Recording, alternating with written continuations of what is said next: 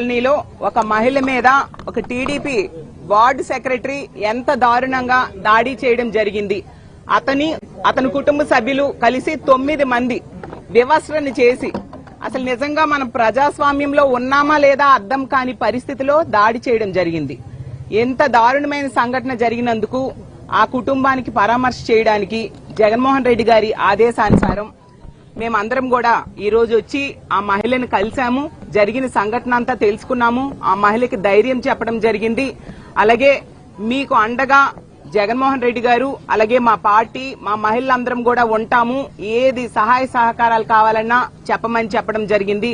అలాగే ఎటువంటి న్యాయ సహాయం కావాలన్నా కూడా మా పార్టీ తరఫున అందిస్తామని కూడా తెలియజేయడం జరిగింది. నిజంగా జంగిల్ రాజ్ పాలన అంటే ఎలా ఉంటుందో అలాంటి పాలన సాగుతూ ఉంది. తెలుగుదేశం పార్టీ నాయకులు కార్యకర్తలు ఏ విధంగా మహిళల జీవితాలతో ఆడుకుంటున్నారు, మహిళల మీద దాడులు చేస్తూ ఉన్నారు అనే దానికి మరొక ఉదాహరణగా ఈ రోజు నిలిచింది. ఎందుకు జంగిల్ రాజ్ పాలన అంటూ ఉన్నానంటే ఈ రోజు తీసుకుంటే ఈ సంఘటన చేసింది, ఈ ఘటన చేసింది ఎవరు? తెలుగుదేశం పార్టీ కార్యకర్త. అలాగే ఈ సంఘటన జరిగాక సెటిల్మెంట్ కి ప్రయత్నించింది తెలుగుదేశం పార్టీ ఎమ్మెల్యే అయిన గల్లా మాధవి గారు. నిజంగా ఒక మహిళ ఉండి ఆమె సెటిల్మెంట్ కి ప్రయత్నించడం సిగ్గుచేటు. ఆ సిఐ అన్నారు ఏంటి, ఈ ఎమ్మెల్యే ఆదేశానుసారం మేము యాక్షన్ తీసుకున్నామని. ఈ ఎమ్మెల్యే అంటారు పోలీసుల అలసత్వం వల్ల లేట్ అయింది అని చెప్పేసి. అంటే పోలీసులు అక్కడ మహిళలు కూడా అడుగుతూ ఉన్నారు, మేము కూడా అడుగుతూ ఉన్నాం, ఎమ్మెల్యే చెప్తే గాని యాక్షన్ తీసుకోరా పోలీసులు? అంటే సామాన్య మానవులు సామాన్య ప్రజలు మాకు కష్టం వచ్చింది లేదా ఒక వ్యక్తి ఈ విధంగా దాడి చేశాడు యాక్షన్ తీసుకోండి అంటే పోలీసులు తీసుకోరా? ఎమ్మెల్యేలు చెప్తేనా తీసుకుంటారా? 10,000 లంచం ఇవ్వలేదని చెప్పి ఆ బోరు వేసుకోవడానికి 10,000 లంచం ఇవ్వలేదని చెప్పి అంత దారుణంగా వివస్రణ చేసి దాడి చేశారు. ఎంత ఘోరం అంటే ఆమె భయంతో మూత్రం పోసుకుంటూ ఉన్నా కూడా వీళ్ళు దాడి చేశారంటే ఇంత నీచానికి దిగజారా? అంటే ఈ ఆంధ్రప్రదేశ్ రాష్ట్రంలో ఈ కూటమి పాలనలో మహిళల భద్రత ఎంతగా దిగజారిందో ఇదొక పెద్ద ఉదాహరణ. ఆ ఎమ్మెల్యే గారు నిజంగా ఒక మహిళ ఉండి మనం తీసుకుంటే 15వ తేదీ ఈ సంఘటన జరిగింది. 16వ తేదీ ఉదయమే ఈ బాధితులు ఎమ్మెల్యే దగ్గరికి వెళ్లి కంప్లైంట్ ఇవ్వడం జరిగింది. ఎందుకు 17వ తేదీ సాయంత్రం వరకు ఆ వ్యక్తిని అరెస్ట్ చేయలేదు అంటే సెటిల్మెంట్ కి ప్రయత్నించారు. నిజంగా చేయలేదు అంటే మీ ఆఫీసులో ఉన్న సీసీటీవీ ఫుటేజ్ బయట పెట్టండి, మీరు చేశారో లేదో ప్రజలకు తెలిసిపోతుంది. మళ్ళీ ఆవిడ ఎంత కవర్ చేసుకుంటూ ఉన్నారంటే ఆమె కార్యకర్తకి ఆ హిజ్రా చేశాడు, ఈమె కాదు, ఇతను కాదు, ఆమె మీద దాడి చేయలేదని కవర్ చేసుకుంటూ ఆవిడ స్టేట్మెంట్స్ ఇస్తూ ఉన్నారు.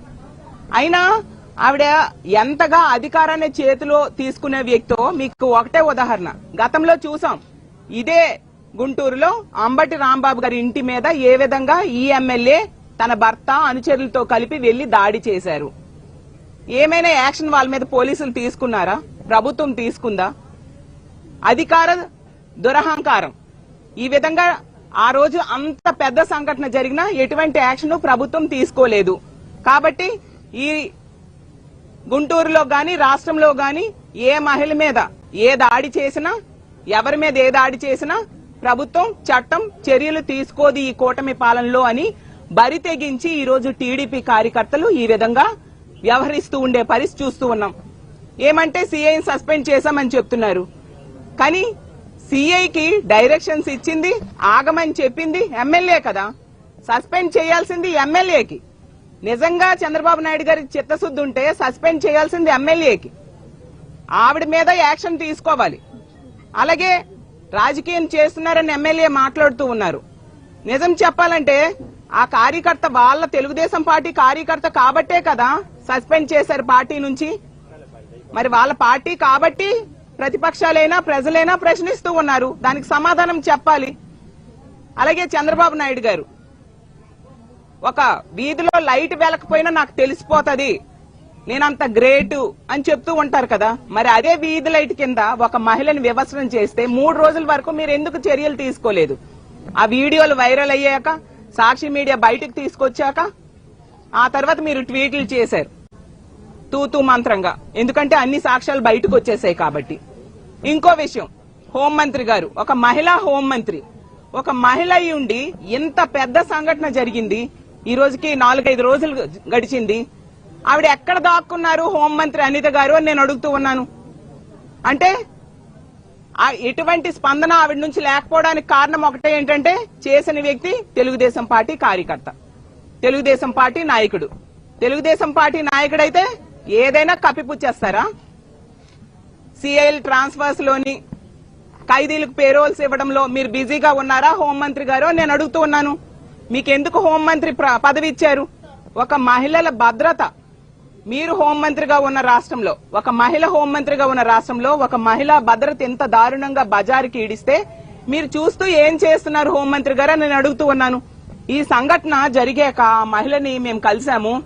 ఆవిడ తీవ్రమైన భయాందోళనకు గురయ్యారు, తీవ్రమైన కలత చెంది ఉన్నారు. అసలు ఈ సంఘటన జరగడం వలన మన ఆంధ్రప్రదేశ్ రాష్ట్రం పరువు దేశంలో పోయింది, పరువు పోయింది మన ఆంధ్రప్రదేశ్ రాష్ట్రం పరువు. అలాగే ఈ యావత్తు మహిళా లోకం కూడా తీవ్రమైన క్షోభకు గురయ్యారు. మా తోటి మహిళకి ఇంత దారుణంగా మహిళ అని కూడా చూడకుండా బట్టలు విప్పి దాడి చేశారా, ఇంకేమి రక్షణ అనేసి ఈ రోజు యావత్ మహిళా లోకం కూడా క్షోభకు గురైన పరిస్థితి చూస్తూ ఉన్నాం. ఇంకా మహిళా కమిషన్ చైర్పర్సన్ గారు ఈ ప్రాంతానికి దగ్గరలో ఉన్న వ్యక్తే. మహిళా కమిషన్ ఎక్కడుంది? దగ్గరలోనే ఉంది మహిళా కమిషన్ ఆఫీసు. ఆవిడేమో 18వ తేదీ పరామర్శకు వచ్చారు, చూశాను. ఎవరైనా ఆవిడ వచ్చారంటే మేమందరం ఏమనుకున్నామంటే, ఓహో మహిళా కమిషన్ చైర్పర్సన్ వచ్చారు, అలా తప్పు చేసిన వాళ్ళకి శిక్షించమని గట్టిగా ఎంక్వైరీ చేయమని ఆదేశాలు ఇస్తారేమో అనుకుంటే ఆవిడ ఎంతసేపు కూడా ఆవిడ కాన్సన్ట్రేషన్, వీడియో ఎవరు బయటకు తీశారు, ఎవరు బయటికి రిలీజ్ చేశారు, ఇదే అంటున్నారు. అంటే సాక్ష్యంని కప్పిపుచ్చేట్టుగా చేసేయడమా దాని అర్థం అని నేను అడుగుతూ ఉన్నాను. ఆ వీడియో గనుక బయటికి రాకపోతే ఈ రోజు ఆవిడికి ఎటువంటి న్యాయం కూడా జరిగేది కాదు, ఆ మాత్రం కనీసం కేసు కట్టడం కూడా జరిగేది కాదు. ఆ వీడియో వైరల్ అవడం వల్లనే ఈ మాత్రం కేసు కట్టడం జరిగి అతన్ని అరెస్ట్ చేయడం జరిగింది. అలాగే తీసుకుంటే పోనీ ఎంత అమానవీయ సంఘటన ఎక్కడో ఏదో అడవిలోనో ఎక్కడో మారుమూల ప్రాంతంలో జరిగింది అనుకుంటే పోనీ అనుకోవచ్చు. రాష్ట్రంలో పరిపాలన అంతా జరుగుతూ ఉన్న ఈ గుంటూరులో, ఈ జిల్లాలో ఇలాంటి దుర్మార్గకరమైన సంఘటన జరిగింది.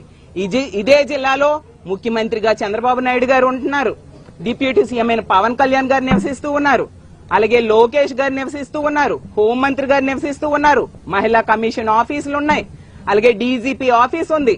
అయినా ఈ తెలుగుదేశం పార్టీ కార్యకర్తలకి ఎటువంటి భయం కూడా లేని పరిస్థితి మనం చూస్తూ ఉన్నాం. మహిళా కమిషన్ చైర్పర్సన్ కు ఒకటే నేను అడుగుతున్నాను, మీరు శుద్ధపోస మాటలు మాట్లాడడం ఆపేసి అసలు మీ తెలుగుదేశం పార్టీ కార్యకర్తలు చేస్తున్న దుర్మార్గాల్ని ఖండించండి, వాళ్ళకి తీవ్రమైన పనిష్మెంట్ వేసేట్టుగా మీరు చేయాల్సిందిగా కోరుతున్నాను. మీకు ఇంకో విషయం కూడా అడుగుతున్నాను, మొన్ననే మా మహిళలందరూ కలిసి మీకేమో రిప్రజెంటేషన్ ఇవ్వడం జరిగింది. చాలా మంది మీ తెలుగుదేశం పార్టీకి సంబంధించిన నాయకుల వలన చాలా మంది మహిళలు బాధించబడ్డారు, ఆ నాయకుల మీద చర్యలు తీసుకోండి, సుమోటోగా కేసులు పెట్టండి అని చెప్పి. ఫర్ ఎగ్జాంపుల్ ఇదే గుంటూరు చెందిన నజీర్ అనే ఎమ్మెల్యే వాళ్ళ ఒక మహిళ బాధించబడింది అనేసి ఆ రోజు కంప్లైంట్ లో రాయడం జరిగింది. అలాగే ఆదిమూలం అనే ఎమ్మెల్యే వల్ల ఒక మహిళ లైంగిక వేధింపులు గురయ్యారని కూడా చెప్పడం జరిగింది. అలాగే అరవ శ్రీధర్ అనే వ్యక్తి వల్ల ఒక మహిళ బాధించబడింది, వేధింపులు గురైంది అని కూడా చెప్పడం జరిగింది. అలాగే బిఆర్ నాయుడు అనే టీటీడీ చైర్మన్ వల్ల కూడా ఒక మహిళ వేధింపులు గురైంది అనేసి చెప్పడం జరిగింది. ఇలా ఎన్నో సంఘటనలు మీకు రాసిపెట్టి కంప్లైంట్ ఇచ్చాం. దాని మీద మీరు ఏం యాక్షన్ తీసుకున్నారు? దాని మీద మీకు ఎటువంటి చలనం లేదు, ఎటువంటి యాక్షన్ లేదు. అవన్నీ పక్కన పెడితే మొన్న కావలిలో, నెల్లూరు జిల్లా కావలిలో చూస్తాం, మా నాయకులు పూజితమ్మ లాంటి వాళ్ళందరూ వెళ్లి ఆ కుటుంబానికి పరామర్శ చేయడం జరిగింది. ఒక మహిళని వివస్త్రం చేశారు, అక్కడ వీడియోలు దొరకలేదు కదా, ఎటువంటి చర్యలు లేవు, ఎటువంటి యాక్షన్ లేదు తప్పు చేసిన వాళ్ళ మీద.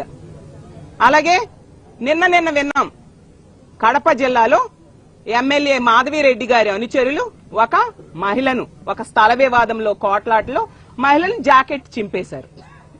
మరి ఏం యాక్షన్ తీసుకున్నారు? ఇప్పటికి ఇంచుమించు 48 అవర్స్ కావస్తూ ఉంది కదా. ఈ మహిళా కమిషన్ చైర్పర్సన్ గాని, పోలీసులు గాని, సీఎం గాని, హోంమంత్రి గాని ఏం యాక్షన్ తీసుకున్నారు? మీకు ఇదేనా మహిళల భద్రత మీద ఉన్న చిత్తశుద్ధి అని నేను అడుగుతూ ఉన్నాను. ఇంత దారుణంగా మహిళల భద్రత గాలికి వదిలేస్తారా?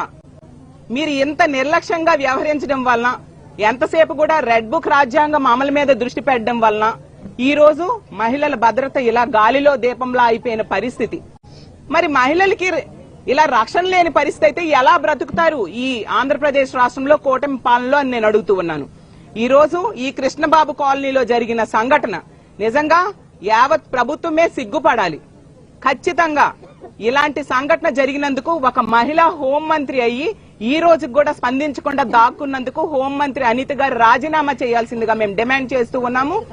ఇంత దారుణమైన సంఘటన జరిగింది, ఎటువంటి చర్యలు తీసుకోకుండా 3 రోజులు లేట్ చేసినందుకు చంద్రబాబు నాయుడు గారు క్షమాపణ చెప్పాల్సిందిగా మేము డిమాండ్ చేస్తూ ఉన్నాము. ఈ మహిళకి గాని, మహిళ కుటుంబానికి గాని పూర్తిగా మా పార్టీ అండగా ఉంటుంది. ఈ రోజు కూడా ఆ రోజు దాడి జరిగినప్పుడు ఆమె నగలు, చైను, చెవుల్లోవి అన్ని లాగేసుకున్నారంట. వాళ్ళు ఇవ్వలేదంట ఆ మల్లెలమూర్తి అనే వ్యక్తి. అంటే మరి సీఎం ఏం చేస్తున్నారు, హోంమంత్రి ఏం చేస్తున్నారు? మరి 18వ తేదీ మహిళా కమిషన్ చైర్పర్సన్ వచ్చింది, మరి కనీసం ఆ నగలు కూడా ఇప్పించలేకపోయారా? ఎందుకు ఈ ప్రభుత్వం, ఎందుకు ప్రజలు ఎన్నుకున్నారు మిమ్మల్ని అని నేను అడుగుతూ ఉన్నాను.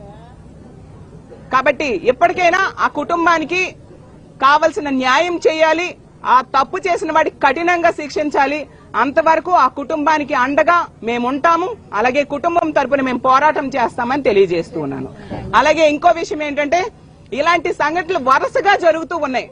మహిళల మీద అఘాయిత్యాలు, అత్యాచారాలు, హత్యలు.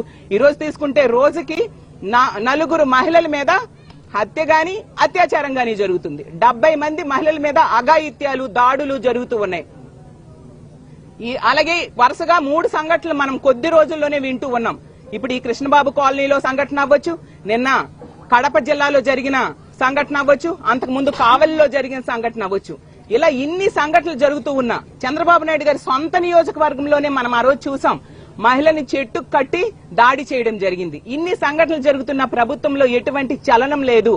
మహిళల రక్షణ గాలికి వదిలేశారు. కాబట్టి రేపు మా వైఎస్ఆర్ కాంగ్రెస్ పార్టీ తరపున మహిళా విభాగం అంతా కూడా ఎవరి జిల్లాల్లో వాళ్ళు అంబేద్కర్ విగ్రహం దగ్గర శాంతియుత నిరసన తెలియజేసి అంబేద్కర్ గారికి వినతి పత్రం ఇవ్వడం జరుగుతుంది. ఇలాంటి ప్రభుత్వానికి బుద్ధి వచ్చేట్టుగా చెయ్యు అంబేద్కర్ గారు, మీరు రచించిన అంబేద్కర్ రాజ్యాంగం అమలయ్యేట్టుగా చేయండి. వీళ్ళు ఎంతసేపు కూడా పోలీసుల్ని రెడ్ బుక్ రాజ్యాంగం అమలుకి, ఆ ప్రతిపక్ష పార్టీ నాయకుల మీద అక్రమ కేసులు పెట్టడానికి ఉపయోగిస్తూ ఉన్నారు. మహిళల రక్షణ గాలికి వదిలేశారు. ఆ విషయం అంబేద్కర్ గారికి చెప్పడానికి, వినతి పత్రం ఇవ్వడానికి రేపు ఆ కార్యక్రమం మా వైఎస్ఆర్ కాంగ్రెస్ పార్టీ తరఫున ఏర్పాటు చేస్తూ ఉన్నాము. అలాగే ఖచ్చితంగా మా పార్టీ ఆ కుటుంబానికి అండగా ఉంటుంది. తప్పు చేసిన వాడికి కఠినంగా శిక్షించాలని ప్రభుత్వాన్ని డిమాండ్ చేస్తూ సెలవు తీసుకుంటున్నాను. పోలీసులు ఆ వీడియో ఎలా బయటకు వచ్చింది అనే విషయాలు కొంతమంది ఇక్కడ ఉన్న వాడి సెల్ ఫోన్లు తీసుకెళ్లాక ఎట్లా చూస్తారు?